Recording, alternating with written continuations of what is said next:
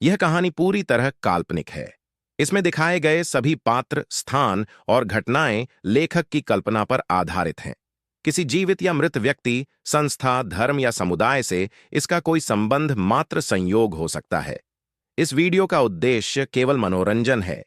कृपया इसे वास्तविकता न समझें। अगर किसी को इससे ठेस पहुंची हो, तो हमें खेद है। यह जानबूझकर नहीं किया गया है। वह बूढ़ा आदमी अभय के सामने आकर खड़ा हो गया और हैंडशेक करने के लिए हाथ बढ़ाते हुए बोला, मैं दर्शन खंडेलवाल, अंडरग्राउंड कसीनो का मालिक, और लोग मुझे हंटर के नाम से भी जानते हैं। ये मेरी ग्रैंडडॉटर रेशमा है। वह लड़की रेशमा ही थी जिसने थोड़ी देर पहले अभय के सामने हंटर बनने का नाटक किया था। मिस्टर खंडेलवाल ने खुद को इंट्रोड्यूस करते ही अभय की तरफ मुस्कुराते हुए देखा। अभय ने हाथ नहीं मिलाया और मिस्टर खंडेलवाल की तरफ देखकर बोला, ओ एक्चुअली पहले मैं ये जानने में इंटरेस्टेड भी था कि आप कौन है, लेकिन आपने मुझे यहाँ इनवाइट करके बेवकूफ़ बनाने की कोशिश की और अब मुझे आपसे बात करने में कोई इंटरेस्ट नहीं है। Okay bye. ये कहते हुए अभय बस पलटा ही था कि एक बॉडीगार्ड ने अभय को रोकते हुए कहा, तुम बाहर नहीं जा सकते। अभय उसे घूरते हुए बोला, अपने फ्रेंड की तरह तुम्हें भी पिटने का शौक है क्या? अभय की आंखों में देखकर वह बॉडीगार्ड घबरा गया और अपने आप पीछे हट गया। तब मिस्टर खंडेलवाल ने कहा, बलदेव, मिस्टर कपूर से अपनी बदतमीजी के लिए सॉरी बोलो, he is our guest. Bodyguard Baldev ने तुरंत अभय से माफी मांगी। तब अभय ने कंधे उचकाते हुए कहा, आई डोंट केयर। तभी कदमों की आहट सुनाई पड़ी। मिस्टर खंडेलवाल के साथ खड़े हुए आदमी ने कहा, तुम तब तक नहीं जा सकते जब तक हंटर सर ऑर्डर ना दे। मिस्टर खंडेलवाल भी मुस्कुराते हुए बोले, मिस्टर कपूर, इस दुनिया में आपके जैसे और भी स्ट्रांग लोग हैं। इतना घमंड होना अच्छी बात नहीं है। मैंने आपको किसी काम से ही बुलाया था, लेकिन काम देने से पहले मैं आपका टेस्ट लेना चाहता था, ताकि मुझे समझ आए कि आप उस काम के लायक है भी या नहीं। अभय ने मिस्टर खंडेलवाल की तरफ देखते हुए कहा, ओ इट्स रियली इंटरेस्टिंग, काम आपको करवाना है। टेस्ट भी आपने लिया, लेकिन आपने मुझसे पूछा कि मुझे वो काम करने में इंटरेस्ट है भी या नहीं, और जब मैं यहाँ से जाना चाहता हूँ तो आप जबरदस्ती कर रहे हैं। उसने सबकी तरफ देखकर सीरियसली कहा, वेल आप लोग मिलकर भी मुझे रोक नहीं सकते। तब मिस्टर खंडेलवाल के पास खड़ी लड़की ने कहा, अच्छा लेट्स सी। अभय ने एक कदम आगे बढ़ाया।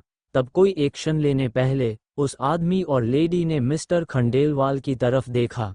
उनके इशारे पर दोनों आगे बढ़ते इससे पहले ही अभय उनके सामने आ गया था। मिस्टर खंडेलवाल घबरा गए।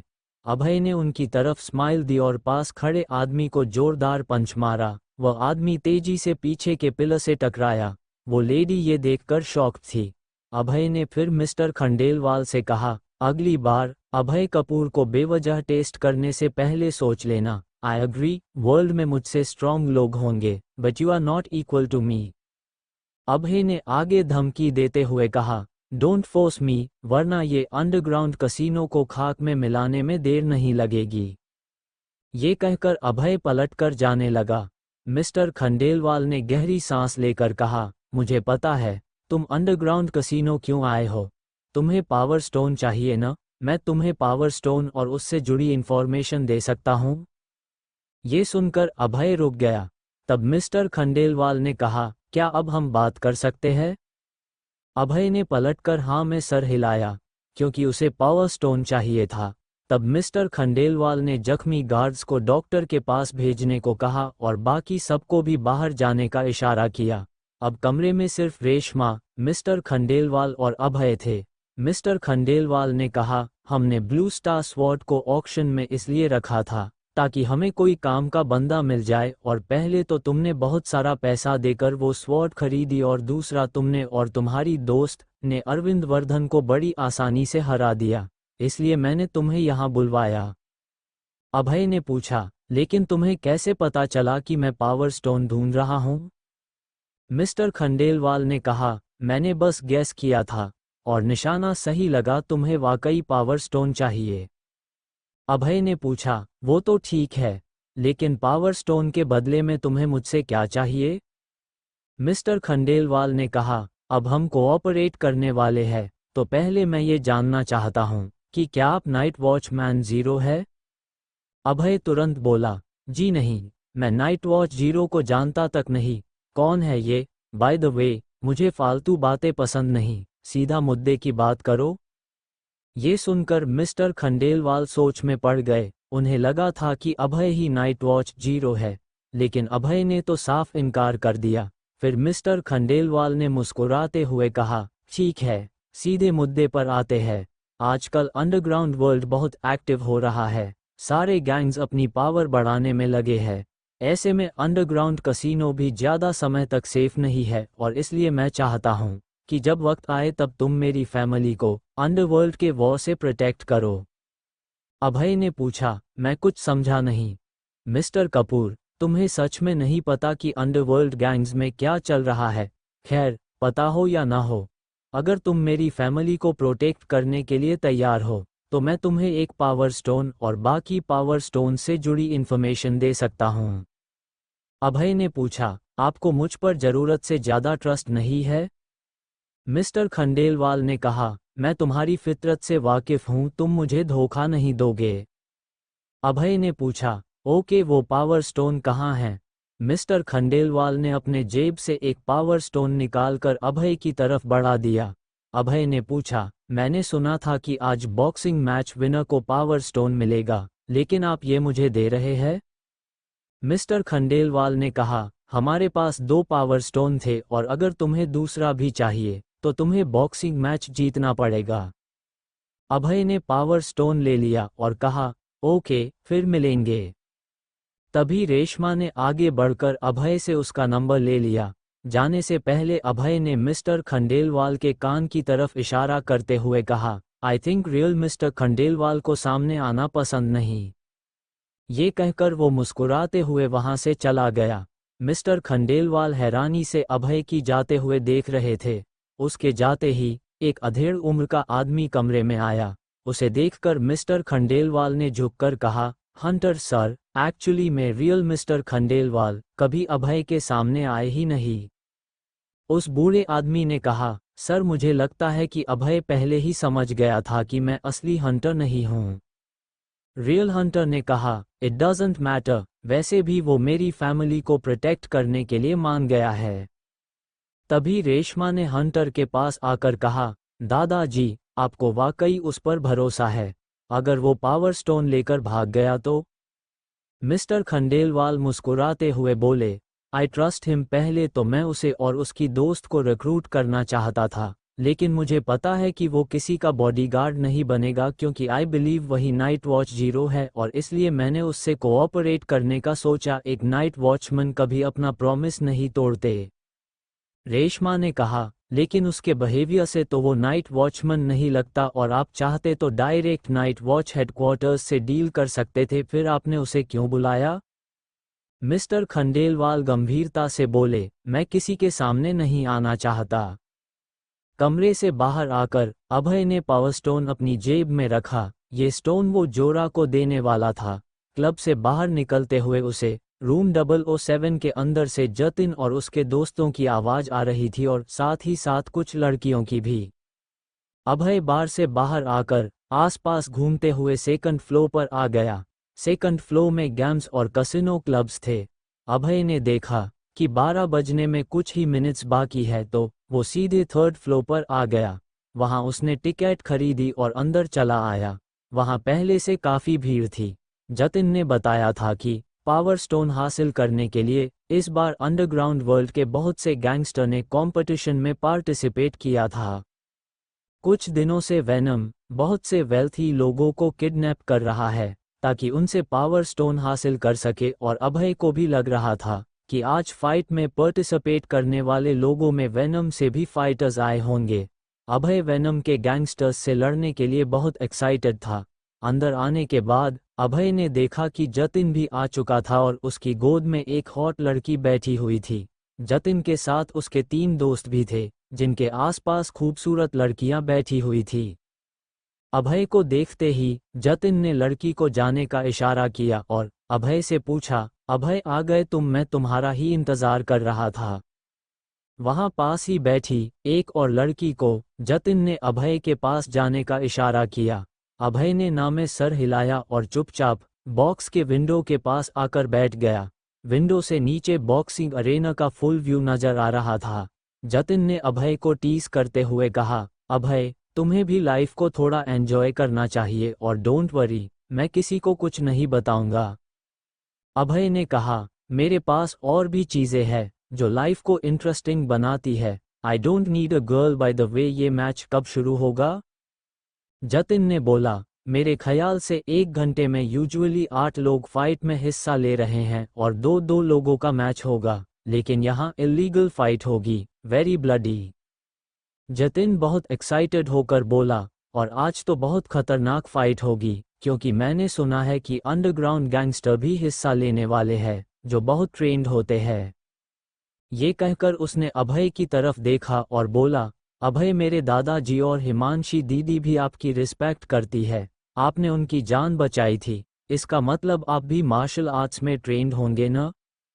अभय ने मुस्कुराते हुए कहा, अच्छा, तुम्हें फाइटिंग में बहुत इंटरेस्ट है ना? आज मैं मिस्टर सिंघानिया से मिला था, उन्होंने मुझे कहा है कि मैं तुम्हें मार्शल आर्ट्स सिखाऊं। Are you interested? जतिन तुरंत ना में सर हिलाते हुए बोला, नो वे, मैंने बचपन में 1 हफ्ते मार्शल आर्ट्स सीखा था, उतना पेन तो मैं बिल्कुल सहन नहीं कर पाया, मुझे नहीं सीखना। तभी नीचे अरेना में एक लड़की मास्क पहनकर एंटर हुई, जिसे देखते ही लोग चीयर करने लगे। अभय उसकी चाल से पहचान गया था कि वो लड़की रेशमा थी। अरेना के आसपास जाली लगी हुई थी और ऊपर बड़ी बड़ी स्क्रीन थी, जिसमें क्लोज-अप से मैच देख सकते थे। जतिन ने अभय को बताया, ये लड़की यहाँ बहुत पॉपुलर है, वैसे भी ऐसी हॉट लड़की आपने भी कभी नहीं देखी होगी।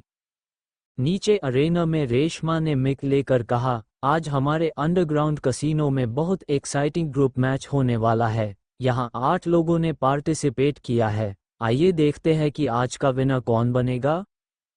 तभी 8 हटे कट्टे लोग अरेना के अंदर आए। उन्हें देखकर जतिन ने हैरानी से कहा, इसमें तो 2 लड़कियां भी हैं। अभय ने भी देखा, 2 लड़कियां मास्क पहने बाकी लड़कों के साथ खड़ी थी। रेशमा ने आगे कहा, आज सभी 8 फाइटर्स को 10 लाख रुपए मिलेंगे और विनर को पावर स्टोन भी मिलेगा। हाँ, लेकिन वो 10 लाख जीतने के लिए आपका जिंदा रहना जरूरी है। जतिन ने जोर जोर चीयर करना शुरू कर दिया। उसके दोस्त और नीचे अरेना में बाकी लोग भी रेशमा की अनाउंसमेंट के बाद एक्साइटेड होकर हल्ला कर रहे थे। अभय का पूरा ध्यान अरेना पर था। रेशमा के जाने के बाद अरेना का गेट बंद कर दिया गया और फाइट शुरू हो गई। जतिन जोर जोर से चिल्ला रहा था, फाइट, फाइट टू डेथ। अचानक ही जतिन ने अभय से पूछा, अभय, तुमको क्या लगता है कौन जीतेगा? हम उस पर पैसे लगाएंगे। अभय ने ना में सर हिलाते हुए कहा, अभी पैसे मत लगाओ, वो देखो वो दोनों लड़कियां, वो बहुत पावरफुल है। बाकी लोगों को हराकर शायद ये कंपटीशन दोनों में से एक जीत जाए। जतिन हाँ में सर हिलाकर बोला, हाँ, दोनों लड़कियां काफी स्ट्रांग है। और जैसा अभय ने कहा था वैसा ही हुआ। दोनों लड़कियां आपस में लड़ने लगी और बाकी 6 लोग भी उनका मुकाबला नहीं कर पाए। किसी ने सोचा नहीं था कि 2 लड़कियां इतनी स्ट्रांग होगी और मैच भी जल्द ही खत्म होने वाला था। जतिन ने मुंह बनाते हुए कहा, अरे यार, क्या बकवास मैच था, इतना बोरिंग, ये तो शुरू होते ही खत्म हो गया। लोग वहां एक्साइटिंग मैच देखने आए थे। लोगों की कंप्लेन के बीच एक लड़की हाथ में बॉक्स लिए स्टेज पार आई। बॉक्स खुला हुआ था और उसके अंदर पावर स्टोन रखा हुआ था। अभय ने पावर स्टोन को देखा और फिर दोनों लड़कियों को, जिनके हाथ में लोटस का सिंबल बना हुआ था। अभय ने जतिन से कहा, okay Jatin, I am leaving. Jatin ने हैरानी से पूछा, इतनी जल्दी? चलो मैं तुम्हें ड्रॉप कर दूं, वैसे भी यहाँ मजा नहीं आ रहा। अभय ने कहा, नहीं, यू एंजॉय हियर। तभी जतिन के पास बैठी लड़की बोली, मैं आपको बाहर तक छोड़ दूं? अभय ने ना में सर हिलाकर कहा, नो नीड। लेकिन उस लड़की ने अभय के पास आकर बोली, मेरा नाम प्रिया है। अभय ने एक्सपेक्ट नहीं किया था कि वो लड़की अपना नाम बताएगी, लेकिन अभय को उस लड़की में कोई इंटरेस्ट नहीं था और शायद वो दोबारा इस लड़की से कभी मिले भी ना। अभय वैसे भी इस वक्त पावर स्टोन हासिल करने की जल्दी में था। करीबन 10 मिनट बाद दोनों लड़कियां बाहर आई। अभय पहले से उनका इंतजार कर रहा था। दोनों अपनी कार की तरफ बढ़ी और कार में बैठ गई। अभी कार स्टार्ट ही हुई थी कि अभय दौड़कर कार के पास आया और पिछला दरवाजा खोलकर पीछे की सीट पर बैठ गया। ड्राइविंग सीट पर बैठी लड़की ने पलटकर गुस्से में कहा, ये क्या कर रहे हो? अभय ने मुस्कुराते हुए कहा, तुम वेनम की टॉप किलर होंगी ना? वेनम का नाम सुनते ही दूसरी लड़की ने पूछा, हु आर यू? तुम्हें पता है मैं वेनम से हूँ, फिर भी तुमने कार में घुसने की हिम्मत की है? You want to die? Abhay ने मुस्कुराते हुए पूछा, क्या हर्षित लाला ने तुम्हें भेजा था? ये सुनकर दोनों लड़कियां चौंक गई। तब अभय ने पूछा, तुम्हारे पास उसका कॉन्टैक्ट नंबर होगा ना? मुझे उसका कॉन्टैक्ट इन्फॉर्मेशन दे दो, मे बी मैं तुम्हें जाने दूं। अभय जानता था कि वेनम में अगर किसी को पावर स्टोन चाहिए तो वो हर्षित लाला है और कंपटीशन जीतने के बाद दोनों लड़कियां हर्षित लाला को जरूर कांटेक्ट करेंगी। ड्राइविंग सीट पर बैठी लड़की ने पूछा, हु आर यू? अभय ने मुस्कुराते हुए कहा, नाइट वॉच 0। ये सुनकर दोनों लड़कियां दंग रह गई। वो दोनों लड़कियां कुछ समझ पाती उससे पहले अभय ने उनके गले की नस दबाकर उन्हें बेहोश कर दिया और बाहर आकर मिहिका को कॉल किया और बोला, नंबर 4 यश को अंडरग्राउंड कसीनो भेज दो। मिहिका ने पूछा, क्यों, क्या हुआ?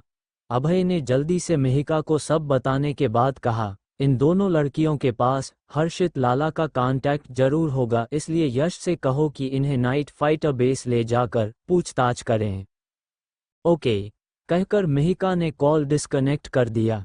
करीबन 10 मिनट बाद पास ही पेट्रोलिंग में तैनात 5 नाइट वॉचमैन वहां पहुंच गए। अभय उनमें से ऑलमोस्ट सभी को जानता था, सिवाय उनके जिन्होंने पिछले 3 सालों में नाइट वॉच ज्वाइन किया हो। उस ग्रुप का लीडर शकील था, जिसे पहले भी अभय ने कई बार फाइट में हराया था। अभय को देखते ही शकील ने चौंकते हुए कहा, नंबर 0? अभय ने जैसे ही एक हाथ ऊपर किया, शकील 2 कदम पीछे हट गया। शकील ने पूछा, वो लड़कियां कार में है? अभय हाँ में सर हिलाते हुए बोला, हाँ वो लोग 2-3 घंटे तक बेहोश रहेंगी। शकील उन्हें बेस ले जाकर कैसे भी उनका मुंह खुलवाओ, मुझे लाला का पता चाहिए। शकील ने गंभीरता से कहा, ओके फिर मिलते हैं। ये कहकर वो अपने आदमियों की हेल्प से दोनों लड़कियों को अपनी कार में डालकर निकल गया। तभी पीछे गाड़ी के हॉर्न की आवाज आई। अभय ने पलट कर देखा तो एक रेड ऑडी उसके पीछे आकर रुक गई थी। गाड़ी के विंडो नीचे हुए और रेशमा ने मुस्कुराते हुए पूछा, कहाँ जा रहे हो? मैं ड्रॉप कर देती हूँ। अभय ने हाँ में सर हिलाया और कार में बैठ गया। रेशमा ने पूछा, मिस्टर कपूर, आप सच में नाइट वॉचमैन 0 नहीं है? अभय ने मुस्कुराते हुए कहा, तुम्हें मेरी आइडेंटिटी में इतना इंटरेस्ट क्यों है? इंटरेस्टिंग तो तुम्हारे दादाजी है, जो एंड तक सामने नहीं आए। रेशमा ने कहा, बट मुझे तुम इंटरेस्टिंग लगते हो। तभी अचानक अभय के फोन की घंटी बजी। ये पलक का कॉल था। अभय ने तुरंत कॉल रिसीव किया और फोन के दूसरी तरफ पलक की एक्साइटेड आवाज सुनाई पड़ी, हेलो अभय, कल तुम फ्री हो? अभय ने पूछा, हाँ लेकिन क्यों? पलक ने कहा, तो फिर मेरे साथ एक पार्टी में चलोगे? अभय ने मजाकिया अंदाज में पूछा, कहीं तुम मुझे फेक बॉयफ्रेंड बनाकर तो नहीं ले जाने वाली? पलक ने कहा, नहीं, बिल्कुल नहीं, मैं तुम्हें मसूरी के फेमस लोगों से मिलवाना चाहती हूँ, जैसे मिस्टर नेमा। अभय ने मुस्कुराते हुए कहा, ओके आई विल कम। पलक ने कहा, ठीक है, तो कल दोपहर में मैं तुम्हें पिक करने आ जाऊंगी। फोन रखने के बाद रेशमा ने क्यूरियसली पूछा, तुम्हारी गर्लफ्रेंड? अभय ने ना में सर हिलाते हुए कहा, नो, आई एम सिंगल। ये सुनकर रेशमा ने कहा, तो इसका मतलब आई हैव अ चांस। तुम्हें मैं कैसी लगती हूँ? हम कॉफी पर चल सकते हैं? अभय ने मन ही मन सोचा, बाप रे, आज कल की लड़कियां कितनी फास्ट है। उसने रेशमा की तरफ देखकर कहा, मेरी गर्लफ्रेंड इसलिए नहीं है क्योंकि बनी नहीं, मुझे बनानी ही नहीं है, इसलिए मुझे छोड़कर किसी और लड़के को चांस दोगी तो ज्यादा फायदे में रहोगी। रेशमा ने भी मन ही मन डिसाइड कर लिया था कि चाहे अभय कितना ही इग्नोर करे, वो उसे डेट पर तो ले जाकर ही मानेगी। करीबन आधे घंटे बाद रेशमा ने अभय को ड्रॉप किया। जाने से पहले अभय ने कहा, बाय, स्टे सेफ। ये कहकर वो रेशमा का जवाब सुने बिना ही तेजी से सोसाइटी के अंदर चला गया। उसके अंदर आते ही मिहिका ने मुंह बनाते हुए कहा, जब भी तुम लौट कर आते हो, तुमसे इतनी स्ट्रॉन्ग गर्ल परफ्यूम की स्मेल आती है। अभय ने मिहिका को छेड़ते हुए कहा, अब लड़कियां मेरी तरफ खींची चली आती हैं तो इसमें मैं क्या करूं, तुम्हें अच्छा नहीं लगता? मिहिका चिढ़कर बोली, मुझे क्या, जहां जाना है, जिसके साथ जाना है जाओ, बस मेरा कंसर्न ये है कि काम भी किया या नहीं। अभय मुस्कुराते हुए बोला, यस मैम, तुम लोगों को पता तो है कि मैं पावर स्टोन लेने गया था। ये कहते हुए उसने अपने जेब से पावर स्टोन निकाला और जोरा की तरफ फेंकते हुए कहा, इसे अब्जॉर्ब करके देखो, तुम्हारी भी स्ट्रेंथ बढ़ जाएगी। जोरा ने बड़ी आसानी से पावर स्टोन को पकड़ लिया। मिहिका अपने कमरे में चली गई और तेज आवाज के साथ दरवाजा लगा दिया। खुशी और जोरा भी हंसते हुए अपने कमरे में चली गई। अभय ने गहरी सांस ली और अपने कमरे में आकर शॉवर लेने लगा। रेडी होकर वो बाहर आकर सोफे पर बैठ गया और जोरा का वेट करने लगा। अभय के पास अभी एक और पावर स्टोन था। अगर जोरा का एक पावर स्टोन में काम नहीं हुआ तो वो दूसरा पावर स्टोन भी उसे देने वाला था। तभी सानिया का मैसेज आया, ट्रेनिंग में बहुत मजा आ रहा है, आज सांपों को कंट्रोल करना सीखा, अब देखो तुम्हें कैसे कंट्रोल करती हूँ। मैसेज के एंड में कई स्माइलीज भी थे, जिन्हें देखकर अभय को हंसी आ गई। वेट करते करते वो वही सोफे पर ही सो गया। सुबह सुबह उसे जोरा ने आकर उठाया और अभय के हाथ में पावर स्टोन देते हुए बोली, ये काम नहीं कर रहा। ये सुनकर अभय हैरान था, ये कैसे हो सकता है? मैंने जब इसे हाथ में लिया था तब ही ये एक्टिव हो गया था। ऐसा लगा था जैसे ये खुद मेरी बॉडी में मर्ज हो जाएगा। तुम्हें ऐसा कुछ फील नहीं हुआ? जोरा नमे सर हिलाते हुए बोली, नहीं, मुझे तो ऐसा कुछ फील नहीं हुआ। अभय ये सुनकर हैरान था। उसने कंफ्यूजन में कहा, मे बी कोई खास रीजन होगा जब ये एक्टिवेट होता होगा। डोंट वरी, मैं पता करता हूँ। जोरा उदास होकर बोली, लेकिन तुम बहुत स्ट्रांग हो गए हो, मैं कब तुम्हारी बराबरी कर पाऊंगी?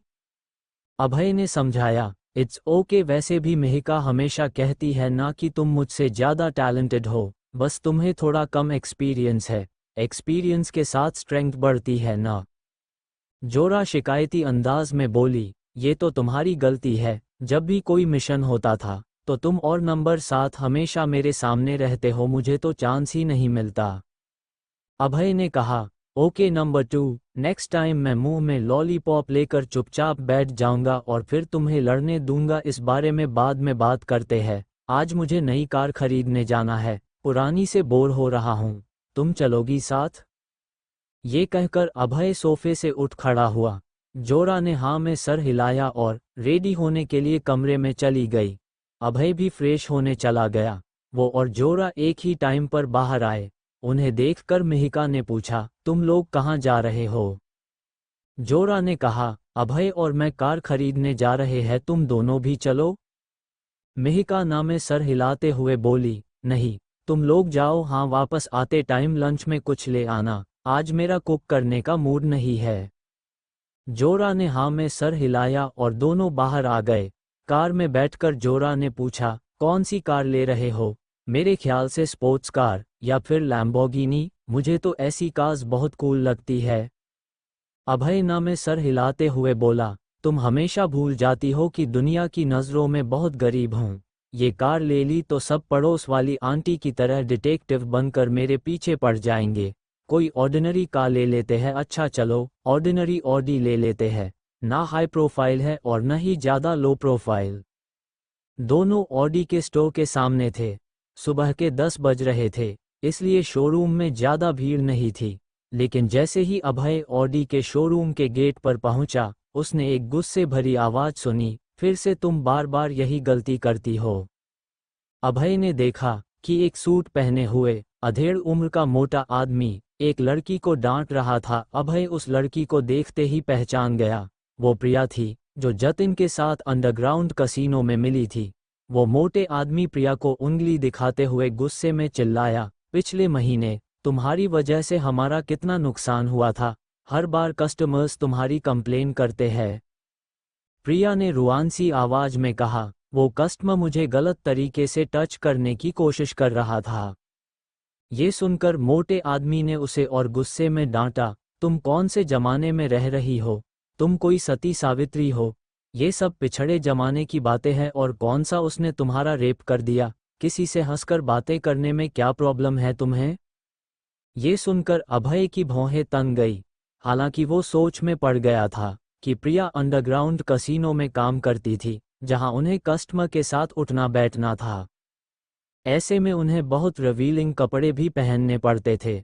उसी वक्त उस मोटे आदमी ने अभय और जोरा को अंदर आते देखा तो तुरंत उनकी तरफ बढ़ने लगा, लेकिन जैसे ही उसकी नज़र अभय के ऑर्डिनरी कपड़े और जोरा के ऑर्डिनरी बैग पर पड़ी, उसके चेहरे पर डिसअपॉइंटमेंट साफ नजर आने लगी, क्योंकि सेल्स पर्सन हमेशा कपड़े और एक्सेसरीज को देखकर ही अंदाजा लगाते हैं कि सामने वाला कितना रिच है। अभय और जोरा कभी अपनी वेल्थ का दिखावा नहीं करते थे, इसलिए उस मोटे आदमी को लगा कि ये लोग मिडिल क्लास लोग हैं और बस वहाँ टाइम पास करने आए हैं। अब वो उनको पर्सनली अटेंड नहीं करना चाहता था, इसलिए उसने प्रिया को आवाज़ देकर बुलाया, प्रिया, कस्टमर्स आए हैं, हैंडल देम और ध्यान रखे ये नाराज नहीं होने चाहिए। प्रिया तुरंत अपने आंसू पोंछकर पलट कर आए तो अभय को देखकर चौंक गई और अचानक ही बोल पड़ी, आप यहाँ? अभय ने मुस्कुराते हुए कहा, hello Priya, what a coincidence, इतनी जल्दी मिलेंगे सोचा नहीं था। ये सुनकर प्रिया थोड़ा शर्मिंदा फील कर रही थी, क्योंकि पिछली रात वो अभय से अंडरग्राउंड कसीनो में मिली थी। उसने थोड़ा पास जाकर धीरे से कहा, मिस्टर कपूर, कल मैं पहली बार वहाँ जॉब करने गई थी और आप लोग ही मेरे पहले क्लाइंट्स थे। आप ये बात यहाँ मेंशन मत करना प्लीज़। अगर आप कार लेते हैं तो मैं आपको पूरा कमीशन भी लौटा दूंगी, बस आप यहाँ कुछ मत कहना प्लीज़। ये सुनकर जोरा ने अभय की तरफ घूरते हुए देखा। अभय तुरंत एक्सप्लेन करते हुए बोला, डोंट मिसअंडरस्टैंड, मैं वैसा क्लाइंट नहीं था, मैं तुम्हें बाद में सब बताता हूँ। जोरा ने कहा, ठीक है, अब कार देख लें। प्रिया ने राहत की सांस लेकर कहा, मिस्टर कपूर, आप कैसी कार लेना चाहते हैं, प्राइस रेंज, कलर वगैरह बता दीजिए तो मैं आपको कुछ कार मॉडल्स रेकमेंड कर पाऊंगी। अभय ने उस मोटे आदमी की तरफ देखा और कुछ सोचते हुए कहा, मुझे इस शोरूम की सबसे महंगी कार देखनी है। वो मोटा आदमी जो कुछ आगे बढ़ा ही था कि अभय की आवाज़ सुनकर रुक गया और पलटकर अभय को देखने लगा। प्रिया ने अभय से कहा, ओके आप। प्रिया अभय को लेकर जाने ही वाली थी कि उस मोटे आदमी ने कहा, सर, यहाँ की नॉर्मल कार्स भी बहुत महंगी है। अभय एक भान चढ़ाकर सार्कास्टिकली बोला, अच्छा तो आपको लगता है मुझे ये पता नहीं है, ऑडी का शोरूम है तो कार्स महंगी ही होंगी। उस आदमी ने कहा, नहीं, मेरा मतलब था कि जो कार आपको सूट करे वही देखनी चाहिए, ऐसे में दोनों का टाइम बचेगा। अभय ने मुस्कुराते हुए पूछा, ओ रियली, तो फिर आप ही बता दीजिए मुझे कौन सी कार सूट करेगी। वो आदमी अभय को डायरेक्टली कम प्राइस की कार खरीदने के लिए नहीं कह सकता था, ऐसे में शोरूम की वैल्यू कम होती। उसने गहरी सांस लेकर मुस्कुराते हुए कहा, ओके सर, आप जो कार देखना चाहे देख सकते हैं। तब अभय ने अपने जेब से रॉयल बैंक का डायमंड कार्ड निकाला और प्रिया को देते हुए बोला, मुझे latest model, most expensive 2 cars चाहिए और तुम ही सब हैंडल करोगी, इंक्लूडिंग लाइसेंस प्लेट। जोरा अभय के कान में बोली, पहले तो बड़े डायलॉग्स मार रहे थे, अब ये महंगी कार ले रहे हो, क्या बोलोगे लोगों को। अभय मुस्कुराया, कंपनी वालों ने दी हैं, बड़े बड़े लोगों और बिजनेसमैन के साथ उठना बैठना होता है, इसलिए महंगी गाड़ी, सिंपल। प्रिया ने अभय को समझाते हुए कहा, हमारे ब्रांड की बेस्ट कार R8 है और उसका फुल पैकेज कॉस्ट 3 करोड़ रुपए है। अभी हमारे पास एक ही कार है और टेम्पररी लाइसेंस प्लेट कुछ देर में ही रेडी हो जाती है। हमें दूसरी कार हमारे दूसरे शोरूम से बुलवानी पड़ेगी, जिसमें थोड़ा टाइम लग सकता है। अभय ने कहा, ओके, टेक योर टाइम। प्रिया ने मुस्कुराते हुए कहा, आपका आईडी कार्ड चाहिए होगा, मैं जल्द से जल्द डिलीवरी करवाने की कोशिश करती हूँ, तब तक आप यहाँ बैठिए। प्रिया बहुत खुश थी, क्योंकि आज उसने 2 कार सेल की थी, वो भी सबसे महंगी। उसका कमीशन भी बहुत बड़ा होगा। प्रिया को अभय पर बिल्कुल भी डाउट नहीं था, क्योंकि अभय जतिन के साथ मिला था और जतिन और उसके दोस्तों के बारे में शहर की लगभग सारी लड़कियां जानती थी। वो मोटा आदमी वहां खड़ा सब देख रहा था। जब उसने अभय के हाथ में डायमंड कार्ड देखा तो दंग रह गया। उसे अब अफसोस हो रहा था कि इतना बड़ा क्लाइंट उसने अपनी बेवकूफ़ी से प्रिया को दे दिया। तभी प्रिया अभय और जोरा के लिए पानी लेकर आई। अभय ने उसे कहा, डोंट वरी अबाउट अस, तुम जाओ और सारा प्रोसीजर कंप्लीट करो। प्रिया के जाने के बाद जोरा ने धीरे से पूछा, ये कौन है और ये क्या छुपाने को कह रही थी? अभय ने कहा, ये मुझे अंडरग्राउंड कसीनो में मिली थी, जतिन ने इसे हायर किया था। करीबन 1 घंटे बाद प्रिया वापस आई। उसने अभय की तरफ देखकर कहा, मिस्टर कपूर, सारा प्रोसीजर हो गया है। दूसरी कार आने में 1 घंटा लगेगा, लेकिन आप ये कार देख सकते हैं। उसने फिर धीरे से कहा, एंड मिस्टर कपूर, मैं कल सच में पहली बार अंडरग्राउंड कसीनो में जॉब करने गई थी और मेरे पास कोई चॉइस नहीं थी। मेरी फाइनेंशियल कंडीशन बहुत अच्छी नहीं है और मजबूरी में इंसान सब कुछ करता है। अभय ने कहा, काम तो काम है, छोटा या बड़ा, डोंट वरी अबाउट दिस, बस वो जगह सेफ नहीं है, बाकी तुम्हारी मर्जी है, कहीं भी काम करो। प्रिया ने ब्लश करते हुए कहा, मैं बस एक्सप्लेन करना चाहती थी। तब जोरा ने टीज करते हुए कहा, कहीं तुम्हें मिस्टर कपूर पसंद तो नहीं आ गए? प्रिया ने तुरंत एक्सप्लेन करते हुए कहा, नहीं मैं तो। तब अभय ने जोरा को आंखें दिखाई और प्रिया से बोला, जोरा बस मजाक कर रही है। प्रिया ने हाँ में सर हिलाया और बैठकर उन्हें कार के कॉन्फ़िगरेशन के बारे में समझाने लगी। अभय प्रिया की सिचुएशन समझ सकता था, क्योंकि जब वो मैरिड था तब परिवार के लिए उसने भी कई तरह की जॉब की थी। जैसे सुष्मिता, उसकी माँ बीमार है, इसलिए योगेश के हरासमेंट के बावजूद वो कंपनी में काम कर रही थी। अभय उनकी छोटी मोटी हेल्प कर सकता था, लेकिन वो डायरेक्ट भी हेल्प नहीं करना चाहता था, ताकि वो लोग किसी पर डिपेंडेंट न हो। 1 घंटे बाद अभय और जोरा काज लेकर चले गए और वो मोटा आदमी देखते रह गया। अभय और जोरा रास्ते में लंच पैक करवाकर घर पहुंचे। लंच के बाद अभय ने कमरे में जाकर मेडिटेशन करते हुए पावर स्टोन हाथ में लिया। दोनों पावर स्टोन अब्जॉर्ब करने के बाद उसकी ताकत और बढ़ गई थी। अभय के बाहर आते ही दरवाजे पर दस्तक हुई। अभय ने जैसे ही दरवाजा खोला, सामने सूबेदार नीरज खड़ा था। उसने अभय और बाकी लड़कियों को देखते हुए कहा, चलो अच्छा है, सब यहीं हैं। ये कहते हुए वो अंदर आया और फिर सबकी तरफ देखकर कहा, मैं मिस्टर सिंघानिया से मिलने गया था। उन्होंने बताया कि तुमने उनसे पावर स्टोन लिया है। अभय ने पूछा, आप काम की बात कीजिए जिसके लिए आप यहाँ आए हैं। सूबेदार नीरज सोफे पर बैठ गया और कहा, ये पावर स्टोन ऐसा वैसा पत्थर नहीं है, बल्कि इसका एक स्पेशल सीक्रेट है। ये सुनकर सब लोग नीरज को देखने लगे।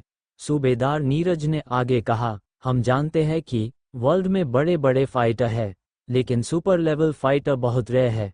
कोई कितना भी स्ट्रांग क्यों ना हो, सुपर लेवल फाइटर सबसे ताकतवर होते हैं।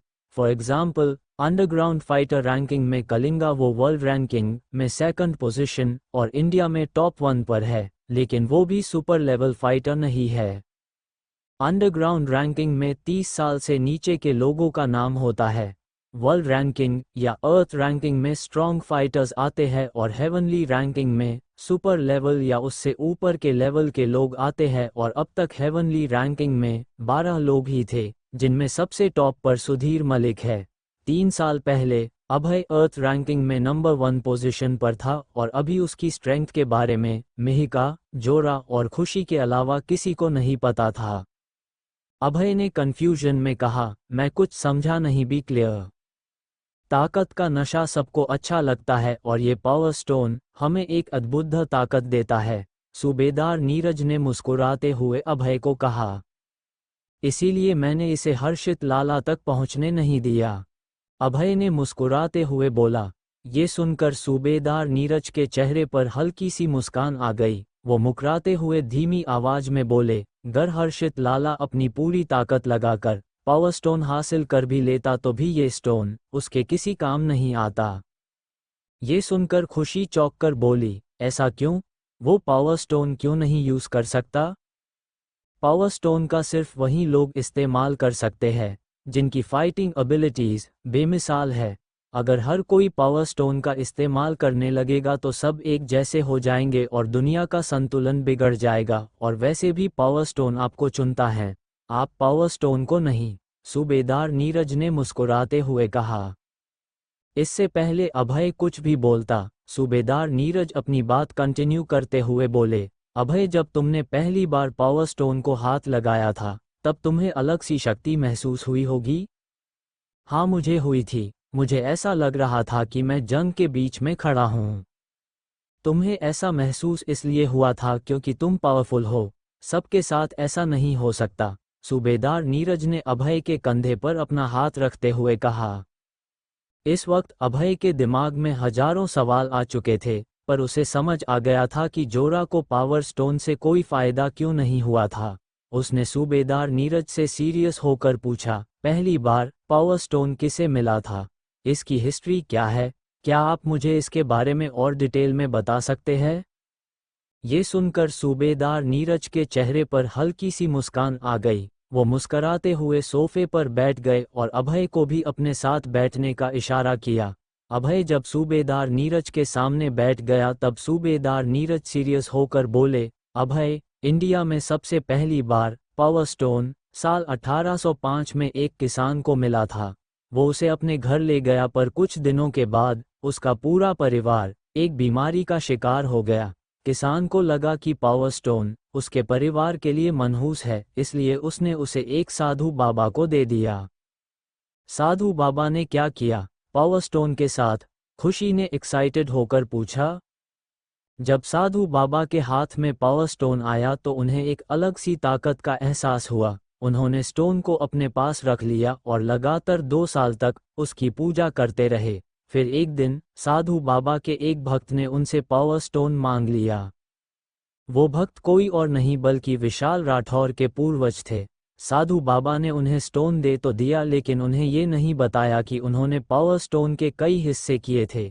जब से भारत के अमीर और पावरफुल लोगों को पता चला कि वो पावर स्टोन क्या कर सकता है, वो उन्हें हासिल करने की कोशिश कर रहे हैं। ये सुनकर अभय हैरानी के साथ सिर्फ सूबेदार नीरज को ही देख रहा था, क्योंकि उन टुकड़ों में से 3 अभय के पास आ चुके थे। उसी वक्त जोरा मुस्कुराते बोली, अभय तुम तो पावर स्टोन से ताकत ले सकते हो, पर हम सबको तो खाना खाना पड़ता है। बहुत भूख लगी है, चले? सभी ये सुनकर हंसने लगे और जाकर डिनर टेबल पर बैठ गए। लेकिन अभय के दिमाग में सिर्फ पावर स्टोन ही घूम रहा था। तभी अभय के फोन की घंटी बजी। उसे पलक ने फोन किया था। अभय, मैं तुम्हें पिकअप करने के लिए आ रही हूँ, तुम जल्दी से तैयार हो जाओ, पलक एक्साइटेड होकर बोली। ये सुनकर अभय को याद आया कि उसने पलक के साथ जाने का वादा किया था। वो धीमी आवाज में बोला, हम कहाँ जाने वाले हैं पलक? चौहान परिवार से मिलने, और बाकी कल बताया ही था, पलक ने कहा। ये सुनकर अभय मुस्कुराते हुए बोला, ठीक है, मैं तुम्हारा इंतजार कर रहा हूँ, तुम जल्दी से आ जाओ। Yes, I am on my way. ये बोलकर पलक ने फोन काट दिया। घर के अंदर सब खाने में बिजी थे। तकरीबन 20 मिनट के बाद पलक घर के नीचे आ गई थी। जाने से पहले अभय ने मिहिका को पार्टी के बारे में बता दिया और फिर वो घर से निकल गया। गाड़ी के अंदर अशोक सेठ भी बैठा था। उन्होंने जब अभय को देखा तो उनका चेहरा बन गया था, लेकिन उसके बाद भी वो शांत थे। वो पलक के सामने अपना गुस्सा नहीं दिखाना चाहते थे। अभय जल्दी से गाड़ी के अंदर आकर बैठ गया। तकरीबन आधे घंटे के बाद तीनों पार्टी की लोकेशन पर पहुंच चुके थे।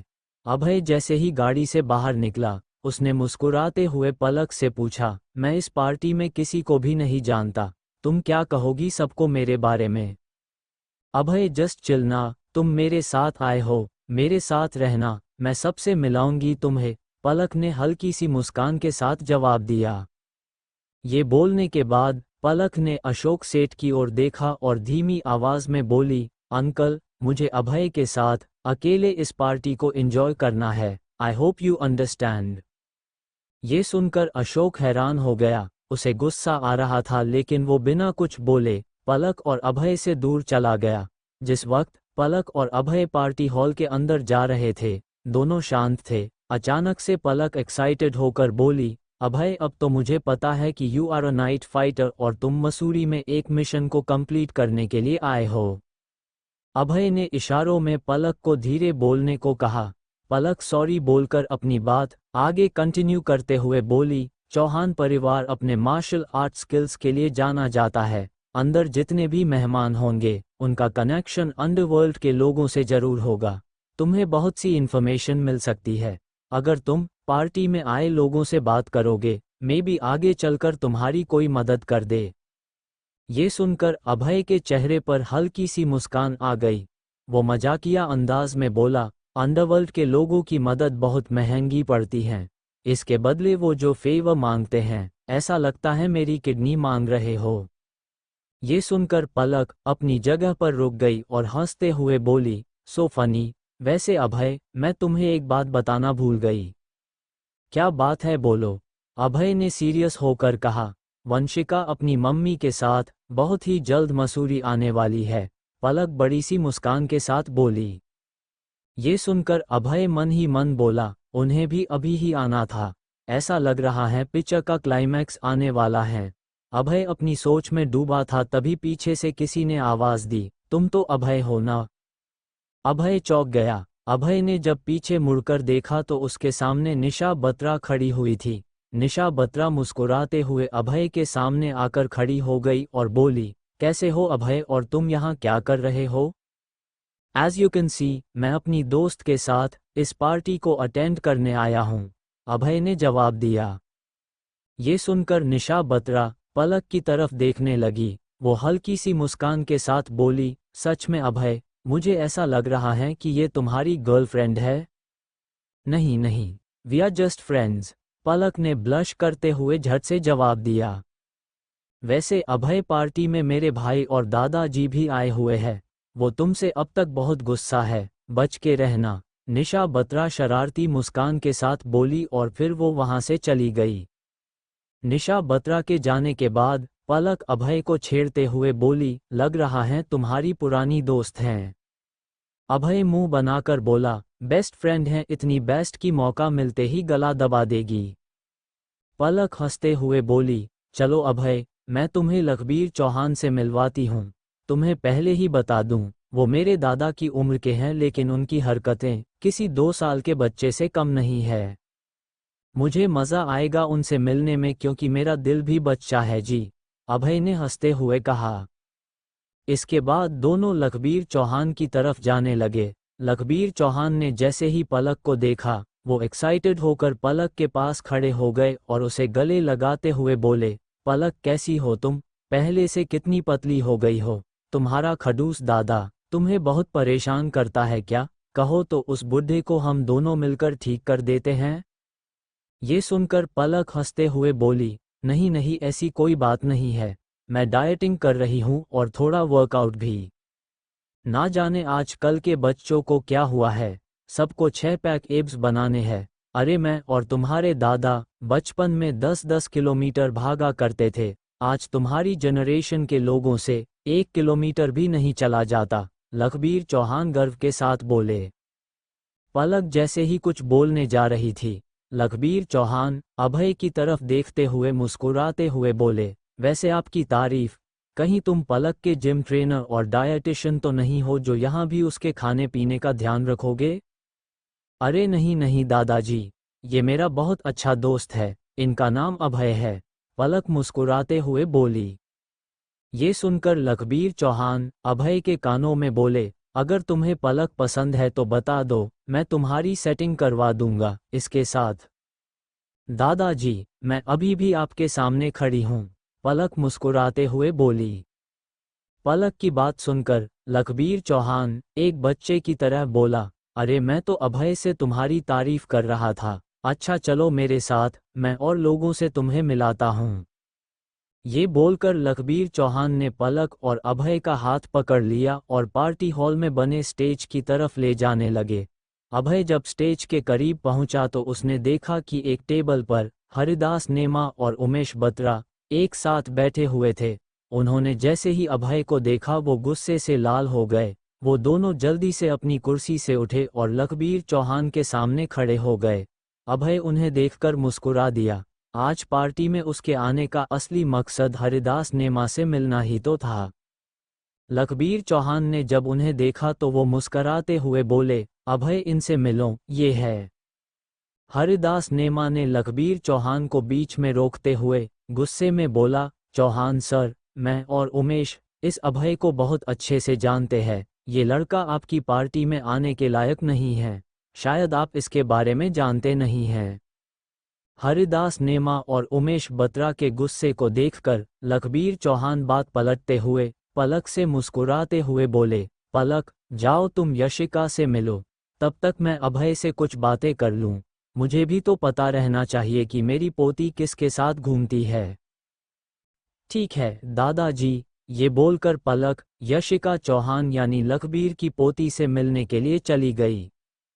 पलक के जाने के बाद लखबीर चौहान ने हरिदास नेमा की ओर देखा और गुस्से में बोले, पलक के सामने ये सब बात करने की क्या जरूरत थी? क्या तुम पार्टी का माहौल खराब करना चाहते हो? ये बोलने के बाद लखबीर चौहान ने अभय की ओर देखा और सीरियस होकर बोले, ऐसा क्या किया है तुमने कि ये दोनों तुमसे इतना गुस्सा है? अभय ने मुस्कुराते हुए जवाब दिया, मैंने कुछ गलत नहीं किया, मैंने बस इनकी गलती इन्हें बता दी। शायद इन्हें अपनी गलती मानने में दिक्कत हो रही है। ये सुनकर हरिदास नेमा और उमेश को गुस्सा आ गया। उमेश बोला, लखबीर सर, ये अभय जेल रहकर आया है, ये बहुत खतरनाक आदमी है। उसका साथ देते हुए नेमा बोला, इस आदमी ने तो अपने परिवार तक को नहीं छोड़ा, इसने राघव, दीपक, सोमेश कपूर तक को अपनी जलन के कारण बर्बाद कर दिया और मेरी डॉक्टरी काबिलियत पर सवाल उठाए। इसने कहता है मैं सिंघानिया को मारना चाहता था। दोनों की बातें सुनने के बाद अभय उनके करीब गया और धीमी आवाज में बोला, अगर तुम सच्चाई के लिए लड़ने को जलन कहते हो तो मेरी जलन में बर्बाद होने के लिए तुम भी तैयार रहो। ये सुनकर उमेश और हरिदास नेमा को गुस्सा आ गया। लखबीर चौहान को जब अभय के बारे में पता चला तो वो हल्की सी मुस्कान के साथ बोले, तो तुम हो अभय, तुमने ही अपने पूरे परिवार को एक्सपोज किया था। मैंने टीवी पर न्यूज़ देखी थी। लेट मी टेल यू सन, तुमने जो भी किया सही किया।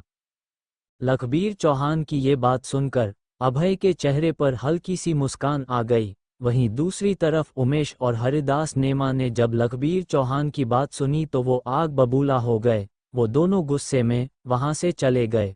उनके जाते ही लखबीर चौहान सीरियस होकर बोले, अभय तुम्हारे इरादे नेक है, तुम्हारी सोच सही है, बस गंदगी के बीच में रहकर खुद को मत बदल देना। ये बोलकर लखबीर चौहान भी वहां से चले गए। ठीक उसी वक्त पलक अभय को आवाज लगाते हुए बोली, अभय यहाँ आओ, मैं तुम्हें मेरी बचपन की दोस्त यशिका से मिलवाती हूँ। अभय जल्दी से पलक के पास जाकर खड़ा हो गया। यशिका दिखने में जितनी सुंदर थी, दिमाग से वो उससे भी ज्यादा तेज थी। पलक ने मुस्कुराते हुए अभय की तरफ देखा और बोली, अभय इनसे मिलो, ये है यशिका चौहान, मेरी बचपन की दोस्त, best in martial arts and yes, best human being. Best नहीं हूँ, आई एम स्टिल लर्निंग। ये पलक हमेशा ऐसे ही बोलती हैं, यशिका शर्माते हुए बोली। इसके बाद यशिका ने अपना हाथ अभय की ओर बढ़ाया और अभय से हैंडशेक करते हुए बोली, you don't need to introduce yourself Abhay, मैं तुम्हें बहुत अच्छे से जानती हूँ, मैंने पलक के मुंह से तुम्हारी बहुत तारीफ सुनी है। अभय हल्की सी मुस्कान के साथ बोला, ये पलक ऐसी ही है यशिका, जैसे तुम्हारी तारीफ करती हैं वैसे ही मेरी भी करती होगी, मैं बहुत ऑर्डिनरी लड़का हूँ। ये सुनकर यशिका चौहान के चेहरे पर मुस्कान आ गई। उसे अभय का ये जवाब बहुत अच्छा लगा क्योंकि यशिका को हमेशा से ही कॉन्फिडेंट लोग बहुत पसंद आते थे। यशिका जैसे ही कुछ और बोलने जा रही थी, ठीक उसी वक्त पलक अभय की तरफ देखकर बोली, अभय मुझे यशिका से कुछ गर्ल टॉक करनी है, अगर तुम इंटरेस्टेड हो तो रुक जाओ। अभय पीछे हटते हुए बोला, no please, you girls have fun, मैं खाने पर फोकस करता हूँ। अभय मुस्कुराते हुए वहां से चला गया। अभय कोने में रखी कुर्सी पर जाकर बैठ गया। कुछ देर के बाद उसके सामने ललित बत्रा भी आकर बैठ गए। ललित बत्रा अभय को गुस्से भरी नजरों से देख रहा था। कैसे हो अभय, बहुत वक्त के बाद मिले हो, यहाँ मसूरी में किसे बर्बाद करने आए हो? ललित बत्रा ने चिढ़ते हुए अभय से पूछा। अभय जैसे ही कुछ बोलने जा रहा था, उसे एक अननोन नंबर से कॉल आ गया। हेलो, कैसे हो अभय? अभय को ये आवाज़ जानी पहचानी लग रही थी, लेकिन उसके बाद भी वो कंफ्यूज्ड था। वो कमेंट करते हुए बोला, आवाज़ से तुम दोस्त तो नहीं लग रहे। सही कहा, मैं तुम्हारा पुराना दुश्मन सूर्या बोल रहा हूँ। सूर्या, सूर्या, सूर्या, तुम्हारा नाम सुनकर मुझे बहुत सुकून मिला, क्योंकि जो दुश्मन मुझे याद रखते हैं उनसे बात करना मुझे अच्छा लगता है। अभय ने हल्की सी मुस्कान के साथ जवाब दिया। तभी अचानक से अभय को फोन में गोली चलने की आवाज़ सुनाई दी, और किसी के चिल्लाने की भी आवाज़ सुनकर अभय चौंक गया। सूर्या, तुमने किसको मारा है अभी? सूर्या, जवाब दो। मैंने अभी अभी एक नाइट फाइटर को मारा है। अभय, किसको और क्यों, ये तुम पता करो। ये बोलकर सूर्या ने फोन काट दिया। ललित बत्रा इस वक्त अभय को बेचैन होते हुए देख रहा था। उसके चेहरे पर हल्की सी मुस्कान थी। अभय ने जल्दी से दोबारा सूर्या को फोन लगाया। इस बार जैसे ही फोन उठा, अभय चौंक गया, क्योंकि इस बार किसी लड़की ने फोन उठाया था। हेलो, कौन बोल रहा है? लड़की बोली, मुझे सूर्या से बात करनी है, उसे फोन दो। अभय ने चौंकते हुए कहा। सूर्या? कौन सूर्या? मैं किसी सूर्या को नहीं जानती, रॉन्ग नंबर। ये बोलकर लड़की ने फोन काट दिया। इस वक्त अभय को बहुत बड़ा झटका लग चुका था। वो नंबर को देखते हुए खुद से बोला, सूर्या ने फ़ोन तो मुझे इसी नंबर से किया था, पर अब इस लड़की ने मुझे रॉन्ग नंबर बोलकर फ़ोन काट दिया। ये हो क्या रहा है? ठीक उसी वक्त अभय को मिहिका का फ़ोन आ गया। अभय के फ़ोन उठाते ही मिहिका बोली, क्या तुम्हें भी सूर्या का कॉल आया था? हाँ, मतलब तुम्हें भी आया था? अभय ने सवाल किया। मुझे, खुशी, जोरा और कप्तान साहब को भी सूर्या का फ़ोन आया था। हमें गोलियां चलने की आवाज़ सुनाई दी थी। उसके बाद फ़ोन काट दिया गया। जब दोबारा फ़ोन मिलाया तो एक लड़की थी। मिहिका सीरियस होकर बोली। ये सुनकर अभय हैरानी के साथ बोला, ये सब सूर्या कैसे कर रहा है, वो भी एक ही साथ? ये सूर्या नहीं हो सकता अभय, वो ऐसा करने की हिम्मत नहीं करेगा। उसने तो तुम्हारे डर से रिया को छोड़ दिया था। मुझे लगता है इसके पीछे दानिश मित्तल का हाथ है। मिहिका गुस्से में बोली। दानिश मित्तल का नाम सुनकर अभय चौंक गया। दानिश मित्तल ऐसा कैसे हो सकता है? मिहिका, आवाज़ तो सूर्या की थी। अभय, भूलो मत, दानिश मित्तल के पास एक टीम है जिसका नाम बेहरूपिया ट्राइब है। इस टीम में दुनिया के सबसे बेहतरीन हैकर्स है। वो आई की मदद से किसी की भी आवाज़ को बदल सकते हैं। They can do anything, they are dangerous. ये कॉल दानिश मित्तल ने हमें डराने के लिए नहीं, बल्कि ये बताने के लिए किया है कि उसकी नज़र हम पर है। मिहिका धीमी आवाज़ में बोली। मिहिका की ये बात सुनकर अभय को समझ ही नहीं आ रहा था कि वो क्या जवाब दे। उसी समय मिहिका बोली, तुम कब तक लौटोगे? अभय ने धीमी आवाज़ में जवाब दिया, आई हैव नो आइडिया। जब तक पलक नहीं आती मैं पार्टी से बाहर निकल भी नहीं सकता। मुझे उसका भी ध्यान रखना है। ये सुनकर मिहिका बोली, ठीक है Abhay, take your time and be safe. ये बोलकर मिहिका ने फ़ोन काट दिया। ठीक उसी वक्त अभय के कंधे पर दो आदमियों ने अपने हाथ रखे और एक साथ बोले, क्या हम यहाँ बैठ सकते हैं? अभय ने जब पीछे मुड़क कर देखा तो उसके सामने फारिश राठौर और फतेह राठौर खड़े थे। दोनों भाई थे। जरूर, क्यों नहीं बैठ सकते? अभय ने मुस्कुराते हुए जवाब दिया। उसी समय ललित बत्रा चिढ़ते हुए तेज आवाज में बोला, तुम दोनों एक क्रिमिनल के साथ बैठना चाहते हो? इसे 9 साल के लिए जेल हुई थी। ये सुनकर दोनों भाई हंसते हुए एक साथ बोले, अरे वाह, क्रिमिनल के साथ बैठने में तो हमें और मज़ा आता है। ये बोलाकर दोनों भाई कुर्सी पर बैठ गए। यहीं दूसरी ओर अभय बिना कुछ बोले कुर्सी पर बैठा रहा। ललित बत्रा की बात सुनकर अभय के चेहरे पर हल्की सी मुस्कान आ गई। उसे अच्छे से मालूम था कि ललित बत्रा सिर्फ अपनी भड़ास निकलने की कोशिश कर रहा था। ललित बत्रा की तेज आवाज सुनकर उधर मौजूद सभी लोगों की नज़र अभय पर टिक गई थी। ठीक उसी वक्त फतेह राठौर अपने भाई की तरफ देखकर हंसते हुए बोला, फारिश भाई, इस क्रिमिनल के मुंह में तो जुबान ही नहीं है। जेल में कुछ ऐसा हुआ था क्या तेरे साथ जो बोलने लायक नहीं बचा? ये सुनकर फरिश राठौर शैतानी हंसी हंसते हुए बोला, शांत रही फतेह, अभी ये मेडिटेशन कर रहा है, अपनी शक्तियों बढ़ा रहा है। क्या पता ये अभी उठ जाए, अपने हाथों का मुक्का बनाकर तुम्हें मारने लगे। अरे अच्छा है ना, जब ये मुझे मारेगा मैं इसे खूब धोऊंगा, तब तुम वीडियो बना लेना और बैकग्राउंड में म्यूजिक डालना, मोए मोए। ये बोलकर फतेह हंसने लगा। उसके साथ साथ फारिश राठौर भी हंस रहा था। दोनों भाई मिलकर अभय को उकसाने की कोशिश कर रहे थे, लेकिन उनकी बातों का अभय पर कोई असर नहीं पड़ रहा था। वो शांत बैठा हुआ था। वहीं दूसरी तरफ जब पलक ने देखा कि फारिश, फतेह और ललित अभय के साथ बदतमीजी कर रहे हैं, तो वो गुस्सा होकर अपनी कुर्सी से उठ गई और दोनों भाइयों की तरफ देखते हुए बोली, ओ बकवास रील्स के फॉलोअर्स, तुम दोनों अपनी हदें पार मत करो, अभय से दूर हो जाओ। पलक की तेज आवाज सुनकर पार्टी का माहौल थोड़ा सा सीरियस हो गया। अब सबकी नज़र सिर्फ पलक पर थी। ठीक उसी वक्त पार्टी में एक आवाज गूंजी, पलक, तुम मेरे बेटों से ऐसे बात नहीं कर सकती। माना कि हमारा परिवार तुम्हारे परिवार के मुकाबले फाइनेंशियली थोड़ा वीक है, पर इसका मतलब ये नहीं कि तुम सबके सामने मेरे बेटों को ऐसे बोलोगी। बिजनेस राइवलरी को पर्सनली ले रही हो तुम। ये सुनकर पलक गुस्से में बोली, मिस्टर आतिश राठौर, ये सब आप करते होंगे। इधर बात पैसों की नहीं, बदतमीजी की हो रही है। आपके बेटों को किसने हक दिया अभय के साथ बदतमीजी करने का और पर्सनल होने का? पलक की ये बात सुनकर आतिश राठौर दांत पीसते हुए बोले, शांत होकर बैठ जाओ पलक, मुझे तुम जैसी लड़की से बात नहीं करनी। बदतमीज मेरे बेटे नहीं, तुम हो। लड़की होकर इतना तमाशा करती हो, बहुत ढील दे रखी है तुम्हें तुम्हारे दादा ने।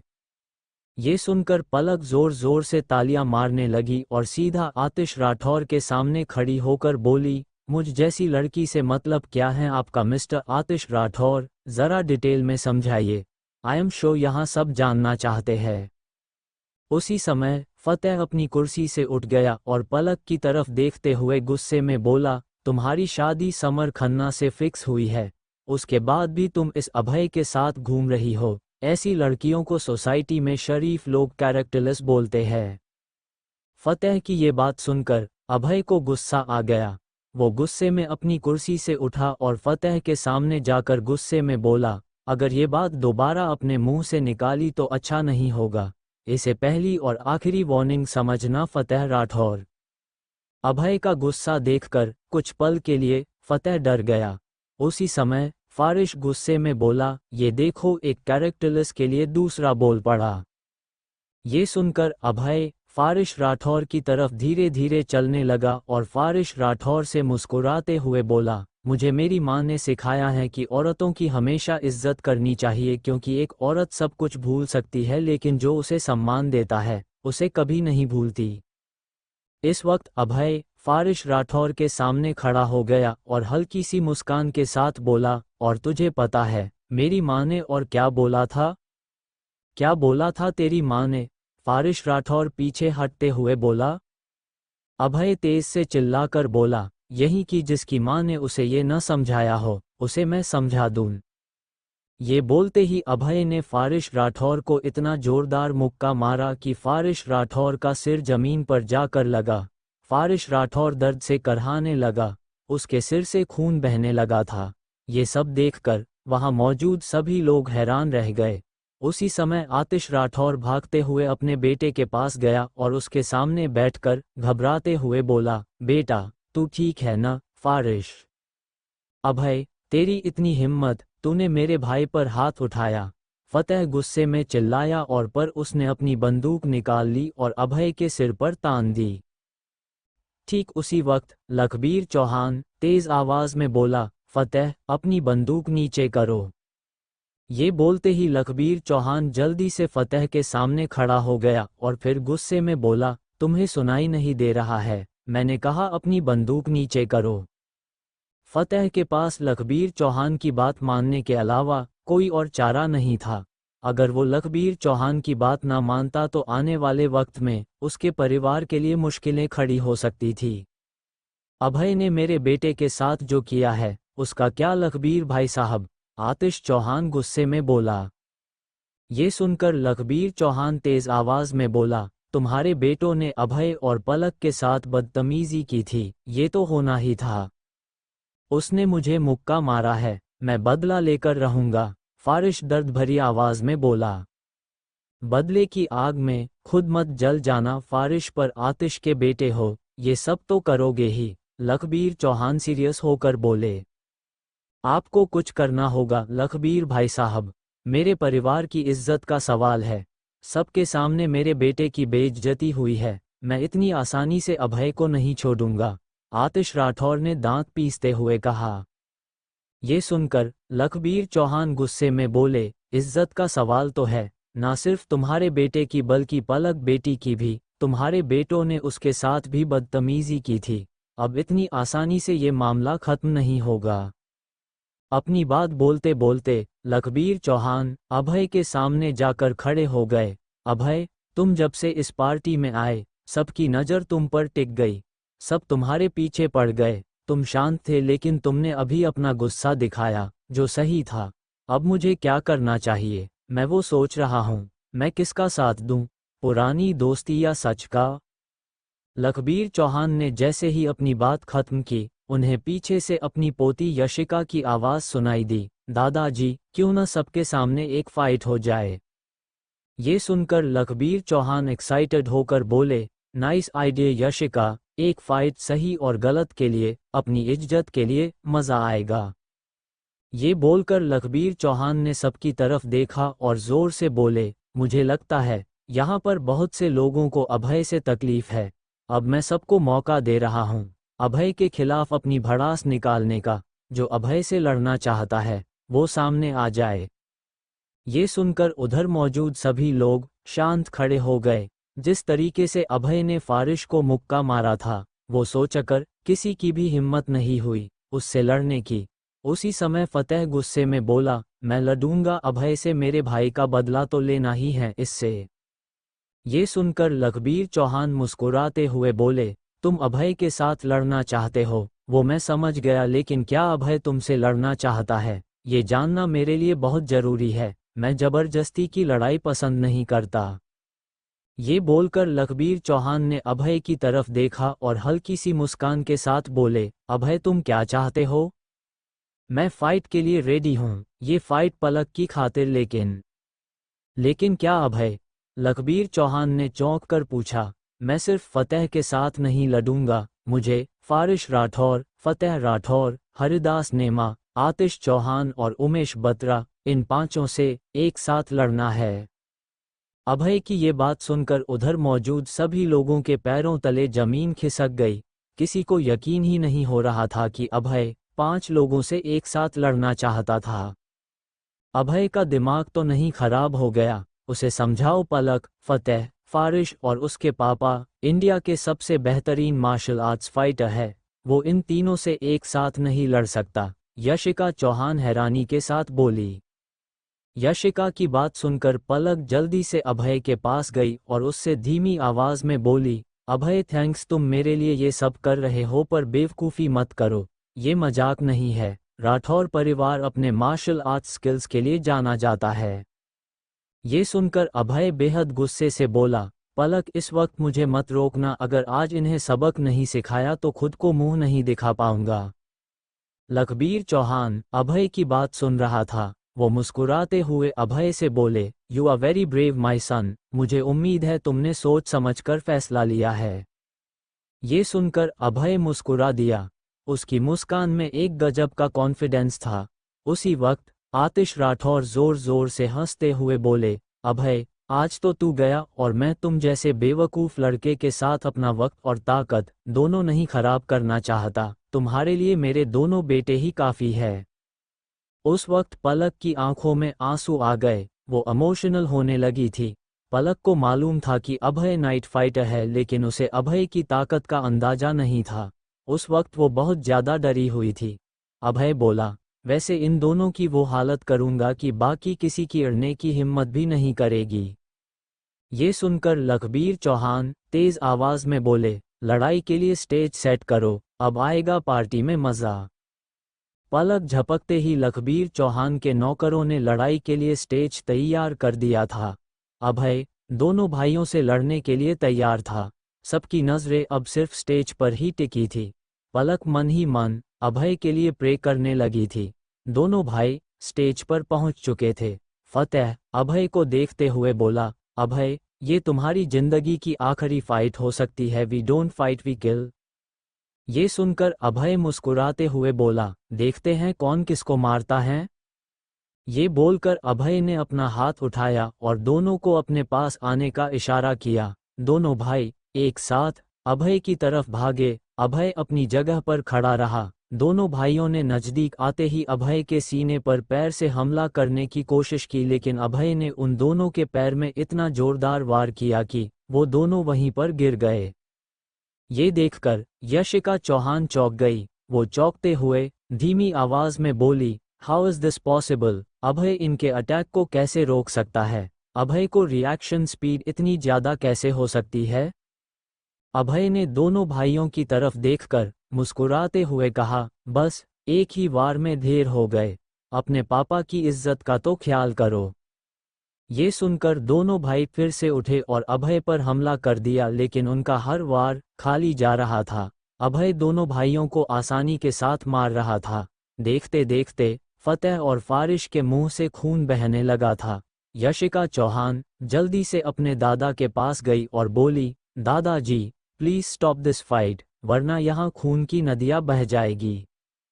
यशिका ये दोनों की अपनी चॉइस थी। मैं इन दोनों भाइयों का घमंड टूटता हुआ देख रहा हूं और मुझे बहुत मजा आ रहा है। तभी अचानक से एक आदमी जोर से चिल्लाते हुए बोला, अरे ये क्या, अब ये क्यों स्टेज की तरफ जा रहा है? क्या इसे अपनी जान की परवाह नहीं? ये सुनकर यशिका चौहान और लखबीर चौहान ने स्टेज की तरफ देखा तो वो चौंक गए। उस वक्त आतिश राठौर अभय के सामने खड़ा था। आतिश राठौर को स्टेज पर देखकर यशिका घबराते हुए बोली, दादाजी फतेह और फारिश तक तो ठीक था, पर अभय आतिश अंकल का वार नहीं सह पाएगा। उन्हें आज तक कोई नहीं हरा पाया। दादाजी प्लीज स्टॉप द फाइट। आदमी सबसे पीछा छुड़वा सकता है, लेकिन खुद की बेवकूफ़ी से नहीं। बेटे तो मार खा ही रहे थे, बाप भी मार खाने के लिए आ गया। अभय ने मुस्कुराते हुए आतिश राठौर को कहा। ये सुनकर आतिश राठौर गुस्से में बोला, अभय मार क्या होती है, उससे दर्द कितना होता है, वो तुम्हें अभी पता लगने वाला है। दर्द से डर नहीं लगता साहब, तुम्हारी बातों से लगता है, प्लीज भौंकना बंद करो। ये बोलने के बाद अभय गुस्से में आतिश राठौर की तरफ बढ़ा। इस वक्त आतिश राठौर के साथ साथ फारिश और फतेह भी खड़े हो गए थे। तीनों ने जब अभय को अपने करीब आते देखा तो वो भी अपनी फाइटिंग स्टांस में खड़े हो गए। अभय जैसे ही उनके करीब पहुंचा, तीनों ने अभय को मुक्के और लात मारने शुरू किया। उसी वक्त अभय ने सबसे पहले फारिश को जोरदार मुक्का मारा। फारिश उड़ते हुए स्टेज के बाहर गिरा। उसके बाद अभय ने जोरदार लात फतेह के सीने पर मारी। फतेह भी स्टेज के बाहर जाकर गिरा। उधर मौजूद लोग ये सब देखकर हैरान हो गए थे। एक आदमी अपने बगल में खड़े आदमी से हैरानी के साथ धीमी आवाज में बोला, जो सबके साथ लड़े वो खतरनाक, जो अकेले सबसे लड़े वो अभय। अब स्टेज पर सिर्फ आतिश राठौर और अभय थे। अपनी बेटों की हालत देखकर आतिश राठौर गुस्से में अभय की तरफ भागा। वो जैसे ही अभय के करीब पहुंचा, अभय ने उड़ते हुए आतिश राठौर को मुक्का मारा। मुक्का इतना खतरनाक था कि आतिश राठौर के दांत टूट गए और उसके मुंह से खून बहने लगा। दादा, हाउ इज इट पॉसिबल? अभय एक ही वार में आतिश राठौर जैसे मार्शल आर्टिस्ट को कैसे मात दे सकता है? दादाजी, अभय कोई आम आदमी नहीं है। He is ruthless, he is powerful. Yashika Chauhan हैरानी के साथ लखबीर चौहान को बोली। अपनी पोती की बात सुनकर लखबीर चौहान मुस्कुराते हुए बोले, डोंट जज the book by its cover, इसका मतलब आज तुम्हारे सामने है। ऐसा रिएक्शन सिर्फ यशिका चौहान का नहीं बल्कि पार्टी में मौजूद सभी लोगों का था। सबकी आंखें बड़ी हो चुकी थी। वो हैरानी के साथ सिर्फ अभय को देख रहे थे। वहीं दूसरी तरफ अभय ने जानबूझ के आतिश राठौर के टूटे हुए दांतों को उठाया और आतिश राठौर की तरफ फेंक कर हंसते हुए बोला, राठौर साहब स्माइल प्लीज। ये बोलकर अभय स्टेज से उतर गया और पलक के सामने जाकर खड़ा हो गया।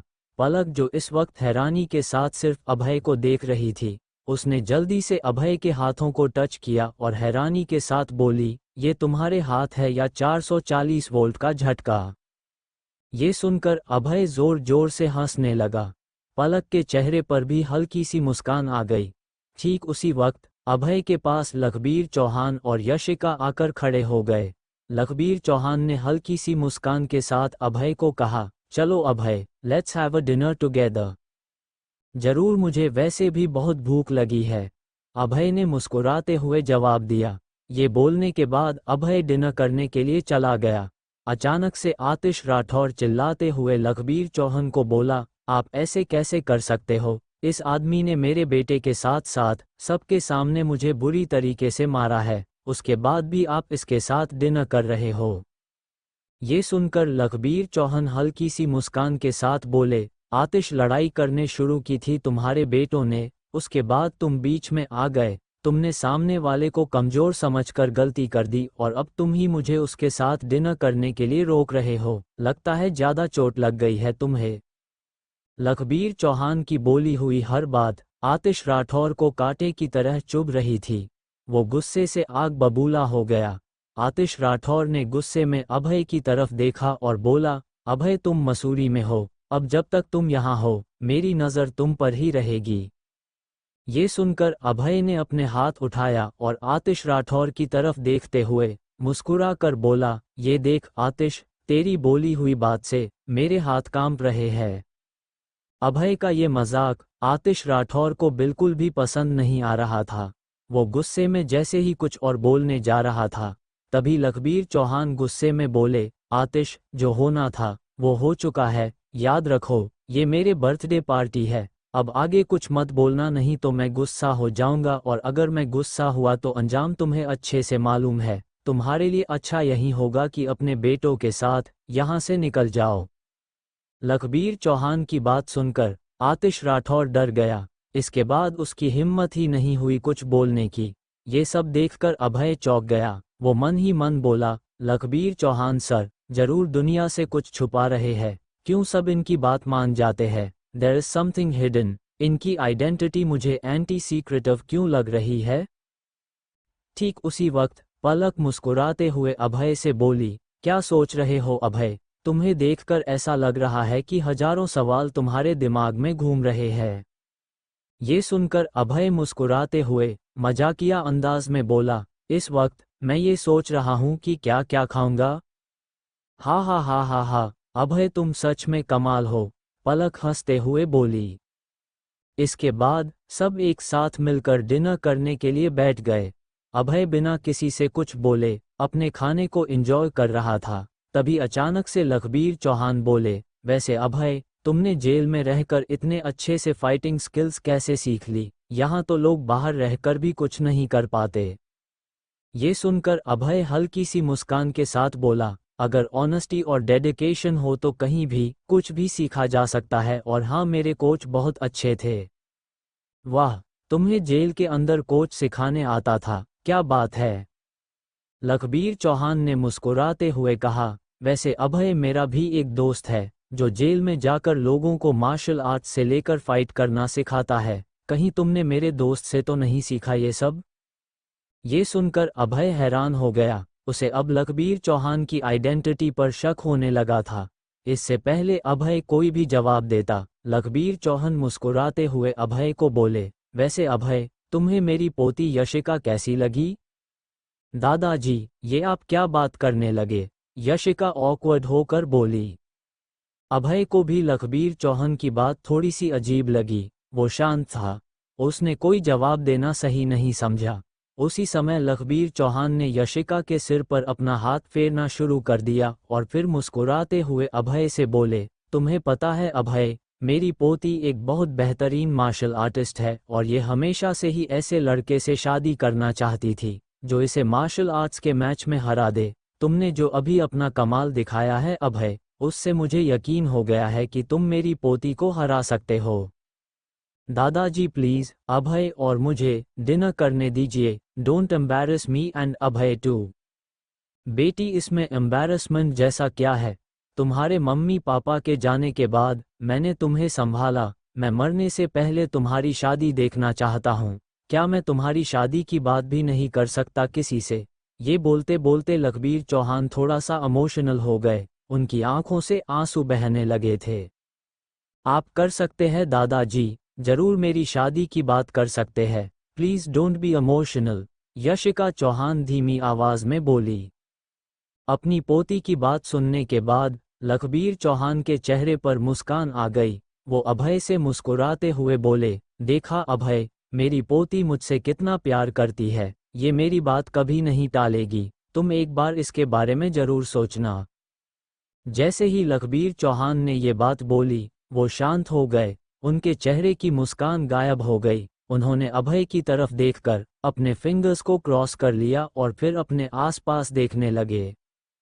ये सब देखकर अभय चौंक गया। वो चौंकते हुए खुद से बोला, ये इशारा तो सिर्फ नाइट फाइटर्स ही करते हैं और वो भी तब जब उनके आसपास कोई दुश्मन होता है। लखबीर चौहान को इस इशारे के बारे में कैसे पता है?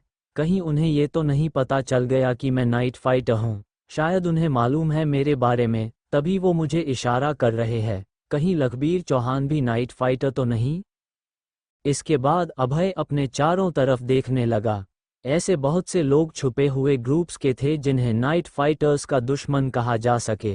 वो लोग चुपके से नाइट फाइटर्स की इंफॉर्मेशन या तो दूसरे ऑर्गेनाइजेशन को बेचते थे या तो खुद के ऑर्गेनाइजेशन के लिए इस्तेमाल करते थे।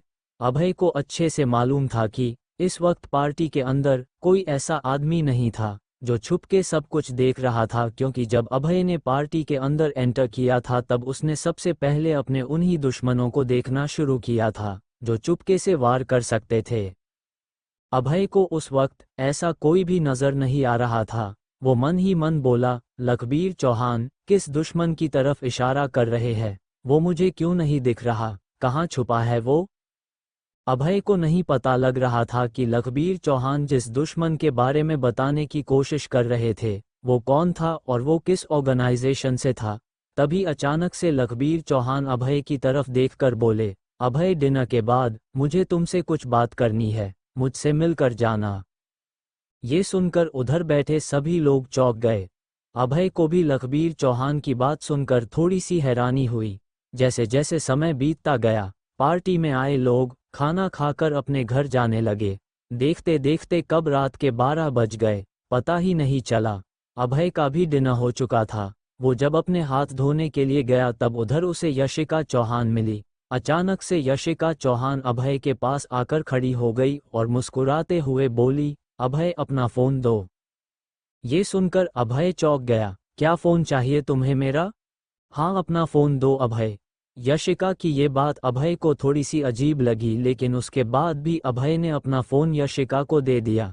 यशिका ने जल्दी से अभय के फ़ोन में इंस्टाग्राम ओपन किया और अपनी इट को फॉलो करते हुए बोली, now you are my follower, अब हम एक दूसरे से कनेक्टेड रहेंगे एंड डोंट वरी, मैं तुम्हें फॉलो बैक कर दूंगी। ये बोलकर यशिका हंसने लगी। अब घर के अंदर सिर्फ लखबीर चौहान, अभय, यशिका और अशोक थे। ठीक उसी वक्त लखबीर चौहान ने मुस्कुराते हुए यशिका से कहा, यशिका मुझे और अभय को कुछ देर अकेले में बात करनी है। मैं अभय को अपने कमरे में लेकर जा रहा हूँ, कुछ काम होगा तो मुझे फ़ोन कर देना। ठीक है दादाजी, यशिका ने मुस्कुराते हुए जवाब दिया। इसके बाद अभय और लखबीर चौहान कमरे के अंदर चले गए। अंदर जाते ही लखबीर चौहान ने मुस्कुराते हुए अभय से पूछा, तो नाइट फाइटर अभय, तुम्हें कोई दुश्मन नजर आया? ये सुनकर अभय चौंक गया। अभय ने अपना सिर हिलाते हुए कहा, नहीं, मुझे कोई दुश्मन नजर नहीं आया।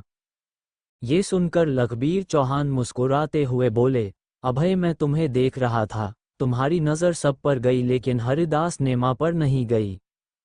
हरिदास नेमा, वो तो मेरा पहले से ही दुश्मन है। मैंने उसके ऊपर शक इसलिए नहीं किया क्योंकि उसे मैं जानता हूँ।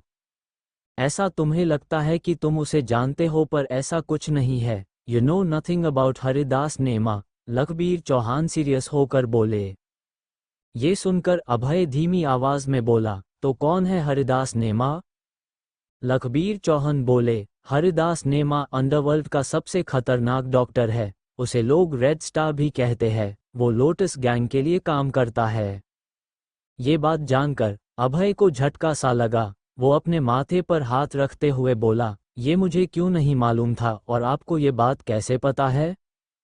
अभय, let me introduce myself. मैं लखबीर चौहान एक नाइट फाइटर हूँ और नाइट फाइटर डार्क वेब का इंचार्ज हूँ।